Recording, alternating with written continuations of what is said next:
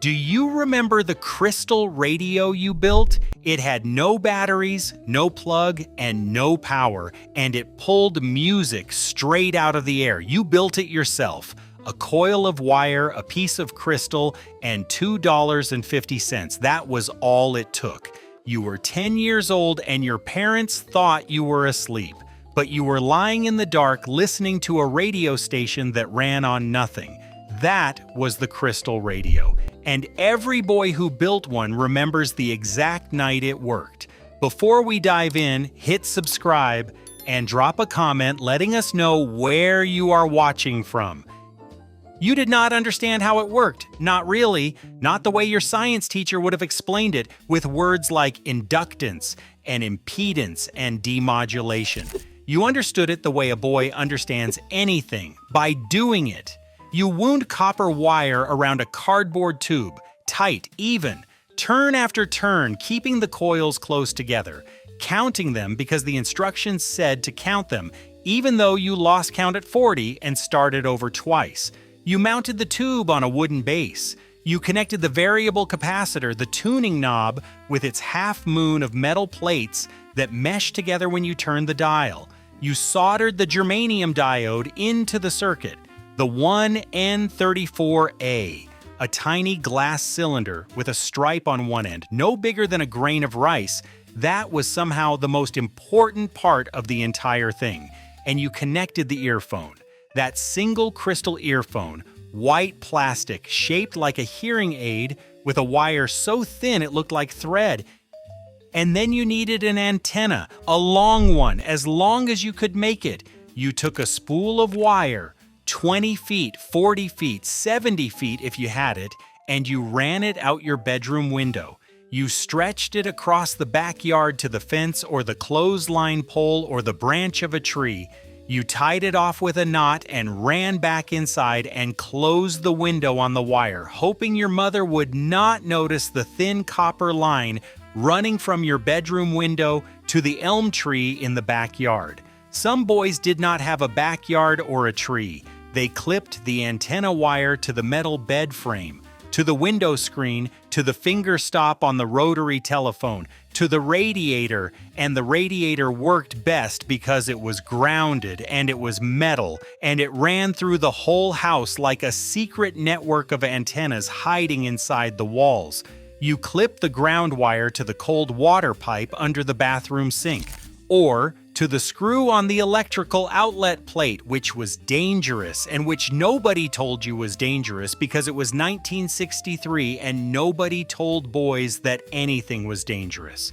You ran the ground wire under the door and down the hallway and back to your bedroom and connected it to the terminal on the wooden base, and then you put the earphone in your ear and you turned the dial, slowly, carefully, holding your breath because even breathing too loudly made it harder to hear.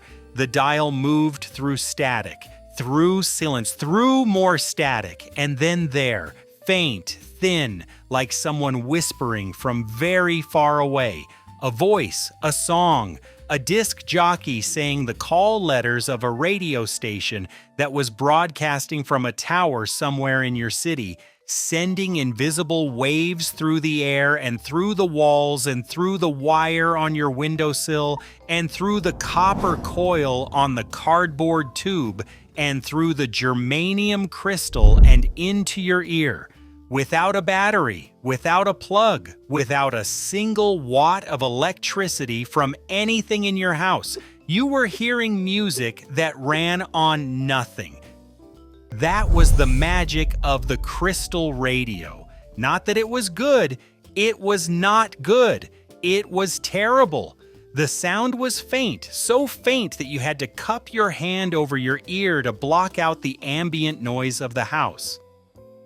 The earphone was uncomfortable. It pressed into your ear canal like a pebble wrapped in plastic. If you moved your head, it fell out. If you rolled over, the wire pulled tight and yanked it out. If someone walked past your bedroom door, the vibration in the floorboards was louder than the music. If your father coughed in the next room, you lost the station entirely. You could receive one station, maybe two if you were lucky and the atmospheric conditions were right and it was nighttime, because AM signals travel farther at night, something you did not understand but accepted as another piece of the magic. The two stations bled into each other when they were close on the dial, and you learned to find the sweet spot where one station was clear and the other was just a ghost behind it. The quality was what you would get if you put a transistor radio in a shoebox, buried the shoebox in the backyard, and pressed your ear against the ground. It was the worst radio ever made.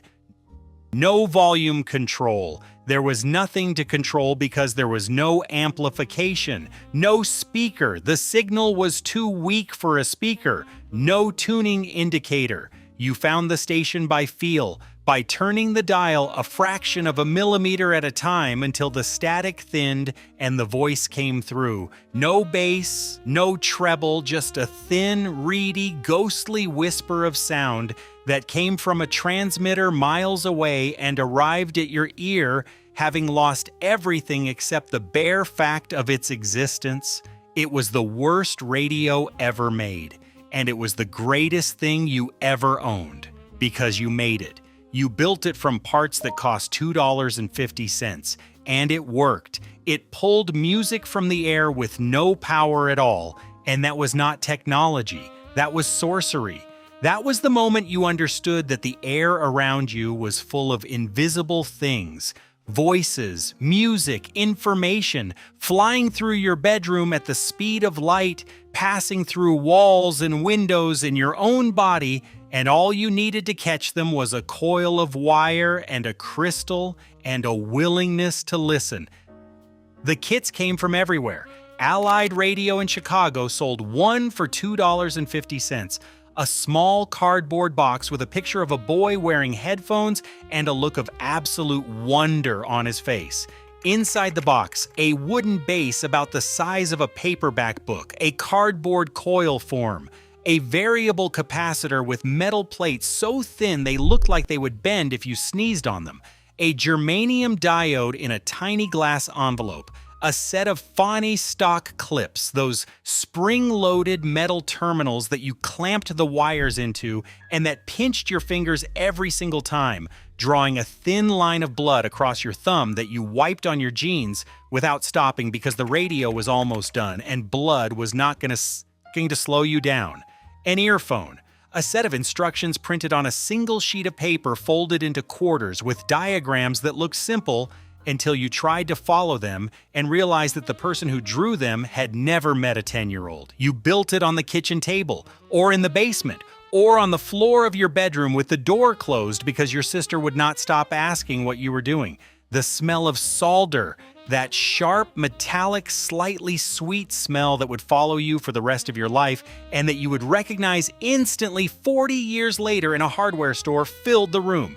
You burned your finger on the soldering iron at least twice. You connected a wire to the wrong terminal and had to undo it and redo it.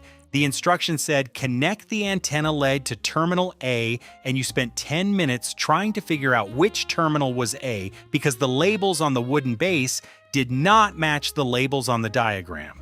But you figured it out. You always figured it out. Because the radio had 12 parts and each part did one thing, and the whole point was that you could understand it. Not your father, not your teacher, you. RadioShack sold their own version under the Science Fair label, catalog number 28207, available for decades. The single most popular crystal radio kit ever sold in America. Electronics Notes called it one piece of electronics that gave very many people their introduction to radio and electronics design at a very young age. Many people trace their entire career in engineering or electronics back to that kit. A $2.50 cardboard box with 12 parts inside changed the trajectory of thousands of lives. And then there were the rocket radios. In the late 1950s and early 1960s, When the space age was the most exciting thing happening in America, somebody had the idea to put a crystal radio inside a plastic rocket. Red rockets, blue rockets, silver rockets, rockets shaped like a V2, and rockets shaped like a space capsule, and rockets with fins and rockets with nose cones and rockets that looked like something Major Matt Mason would use to communicate with Earth. They were sold in toy stores and hobby shops and in the back pages of comic books, right next to the X-ray glasses and the sea monkeys and the spy cameras and the pet chihuahuas that supposedly fit into a teacup. The rocket radio cost $2.98 and came with an earphone and an alligator clip and a wire and a dream. You clip the alligator clip to something metal, a fence, a radiator, a window screen, and you tune the rocket's nose cone up and down. And if the gods of AM radio were smiling on you that night, you heard music coming out of a plastic rocket that had no batteries and no power and no reason to work, except that physics said it should. Those comic book ads were a world unto themselves. You read them in bed, after the story was over, after Spider-Man had been saved, and Batman had caught the Riddler, and the Fantastic Four had defeated Dr. Doom. You turned to the back pages, and there they were, tiny black and white ads for things that cost less than $5 and promised to change your life. X-ray glasses that let you see through walls, a ventriloquism kit that let you throw your voice, 100 toy soldiers for $1, and the crystal radio. The difference between the crystal radio and everything else on that page was simple. The crystal radio actually worked.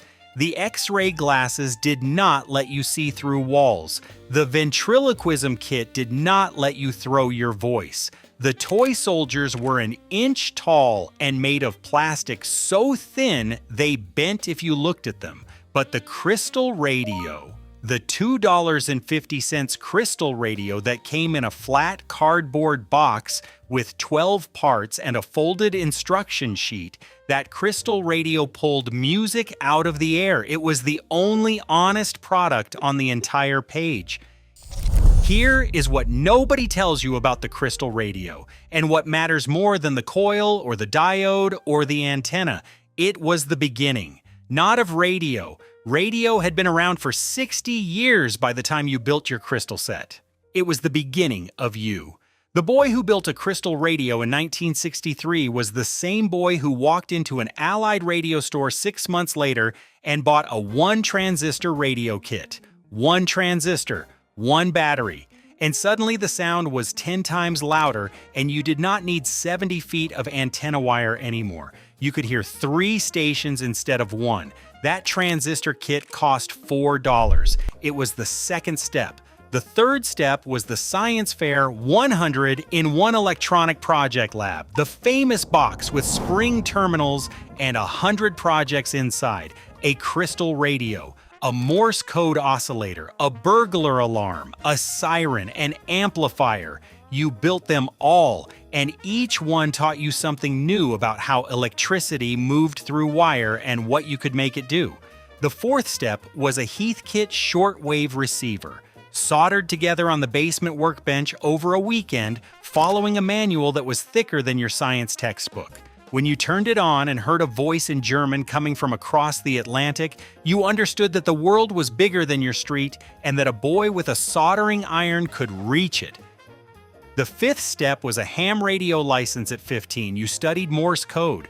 You memorized regulations. You passed the test and received your call sign. And at 2 in the morning, you talked to a man in Kansas who was also 15 and also sitting alone in his bedroom and also building his future 1 circuit at a time.